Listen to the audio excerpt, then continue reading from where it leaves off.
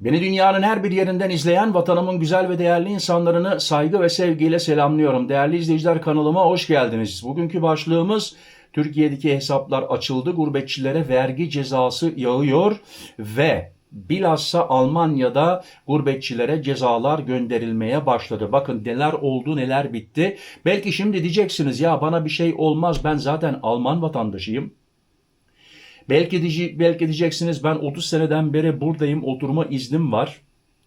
Belki diyeceksiniz ben iltica ettim, bana zaten bir şey olmaz. Değerli izleyiciler, bakın lütfen haberi izleyin ve sonunda size ne yapabileceğiniz kendi fikrimi de söylemek istiyorum. Büyük bir cezadan kurtulmak için. Türkiye'nin yurt dışındaki Türklerin banka hesap bilgilerini yaşadıkları ülkeye vermeye başlaması otomatiğe bağlandı. Yani otomatikmen çalışıyor bu şimdi.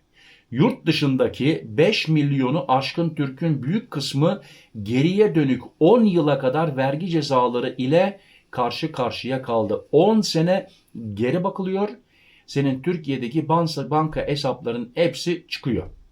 Şimdi işin kötü tarafı bir de sosyaldan yardım alanlar. Aman Allah'ım, yani onun için lütfen bakın sonuna kadar izleyin, bütün bilgileri alın, belki İşi kurtarabilirsiniz. Gurbetçilere ceza davaları açılıyor, alınmış olan tüm yardımlar kesiliyor ve paralar cezasıyla geri alınıyor. Değerli izleyiciler, beni yanlış anlamayın. Ben kimseye burada sahtekarsınız da demek istemiyorum. Vardır belki 3-5 kuruş paran, alnının terinden kazanmışındır, Türkiye'de bankaya yatırmışındır sana yedek bir garanti olarak. Şimdi de işte onu sorup soruşturuyorlar. Senin nerede kaç kuruşun var? Lütfen yanlış anlaşılmasın. Burada kimseyi ben suçlamak da istemiyorum. Bankada hesabınız varsa bakın lütfen tekrar sonuna kadar izleyin. Ankara'nın gurbetçiyi düşünmeden yaptığı işin faturası çok ağır. Vergi kaçırma suçlaması oluyor değerli izleyiciler.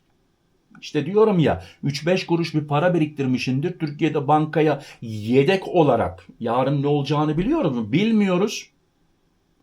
Her an savaş da çıkabilir. Bilmiyoruz. Onun için her kişinin kenarda biraz parası olması lazım. Öyle değil mi? Yani mümkün oldukça ilerisi için biraz rezerve yapman lazım. Türkiye'nin Mayıs 2021'de uygulamaya koyduğu finansal hesap bilgilerinin paylaşımı anlaşması yurt dışındaki Türkleri derinden sarstı. Yurt dışındaki Türklerin Türkiye'deki mal varlıklarını gören Avrupalı ülkeler ve görüyorlar değerli izleyiciler, gerçekten A'dan Z'ye kadar, çünkü Türkiye bütün hesapları açıyor, bütün dosyaları açıyor, her şey gözüküyor. Türklere bugüne kadar aldıkları yardımların geri ödenmesi için cezalar kesmeye başladı. Yani sosyaldan bile yardım alanlar var. Parası yetmediği için, ama Türkiye'de hesabı var ise, orada da parası var ise, bu senelerce yardım aldıysa, bakın o aldığınız paraları faizinden ve cezasından geri ödemeniz lazım. Vergi kaçırmadan dolayı suç duyuruları yapılıyor, aldığı yardımlar kesiliyor ve iadeleri talep ediliyor. Dikkat! Türkiye'deki bankada 1000 dolardan fazla parası, 1000 dolara kadar bir şey demiyorlarmış. Güleyim mi ağlayayım mı şimdi burada?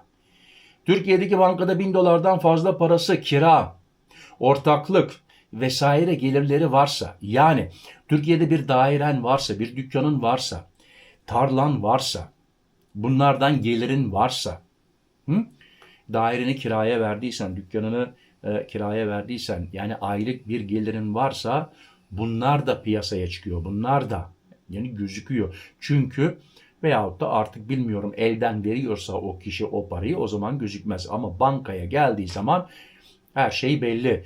O kişi yaşadığı ülkeye bildirmek zorunda. Yani bu gelirleri sen Almanya'da olduğun zaman Almanya'ya, Fransa'da olduğun zaman Fransa'ya, hiç fark etmez.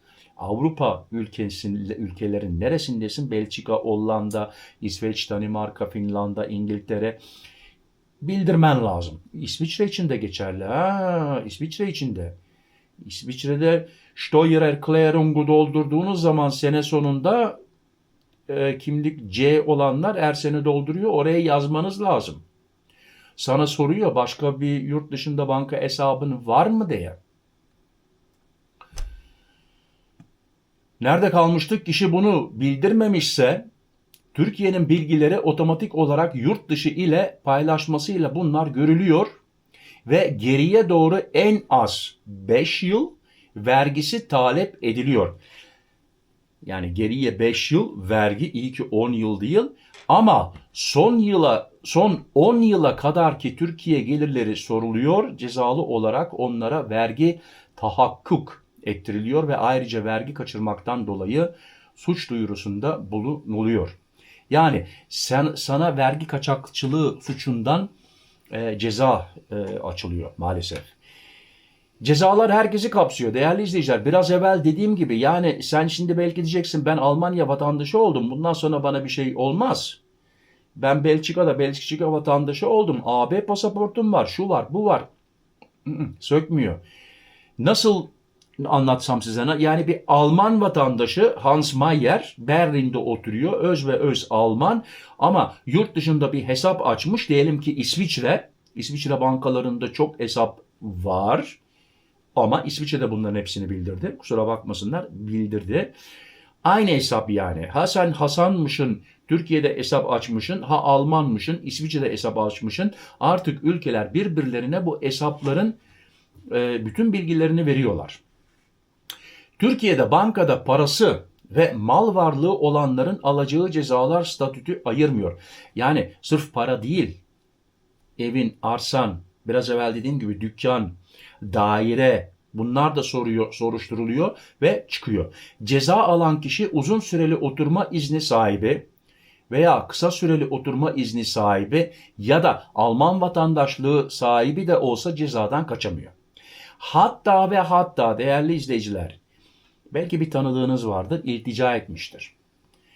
İltica etmiş olanların iltica kabulleri iptal olabiliyor. Yani geri gönderiyorlar. Sen bize baştan doğruyu söylemedin, yalan söyledin. Hadi geldiğin yere geri gönderiyor seni. Bu kadar basit. Almanya diyor ki sen daha baştan yamukluk yapmaya başladın. Doğruyu söylemedin. Sen bizim için doğrusu yalancısın diyor ya. Bunun artık orası burası yok yani. Seni geldiğin ülkeye geri gönderiyor ve diyor ki sen burada kalırsan bizim başımızı ağrıtacaksın.